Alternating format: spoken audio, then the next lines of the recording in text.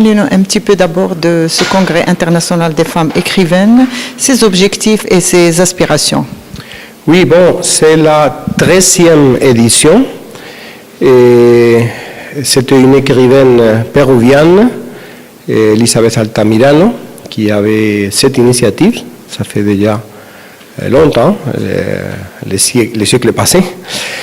Et il y avait ces 12 éditions antérieures dans des pays de l'Amérique latine principalement et aussi en Espagne. La première fois qu'il est sorti de l'Amérique latine, c'est pour venir à l'Espagne.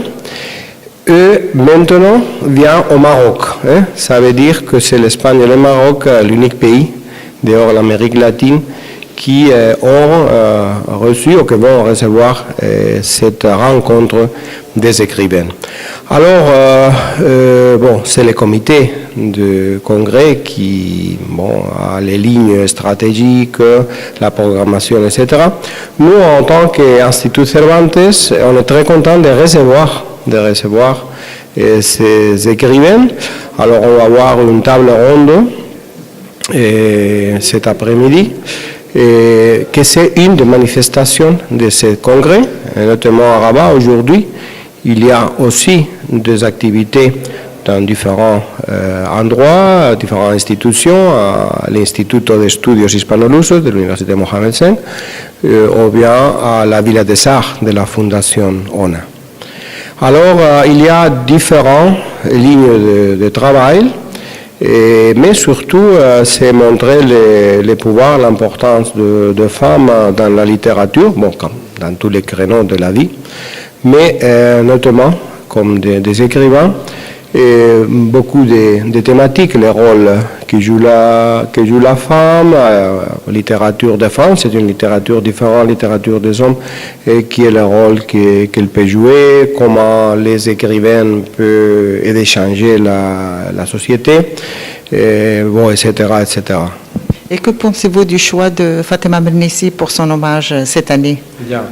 Bon, je pense que c'est une très belle idée et c'est très bien choisi, étant donné que Fatima Mernissi, d'abord, était une grande écrivaine, mais aussi, c'était pas seulement la littérature, c'est les idées, et c'est son exemple, comme une femme de son temps et une femme de son pays et de sa culture. Mais qui évoluait et a montré comment peut-être la femme d'aujourd'hui, ancrée bien sûr à la culture et à la tradition, on ne peut pas renoncer à notre identité, mais ouverte à la vie moderne. Et elle était un exemple extraordinaire, et étant donné aussi son universalité, Fatima était reconnue dans tout le monde.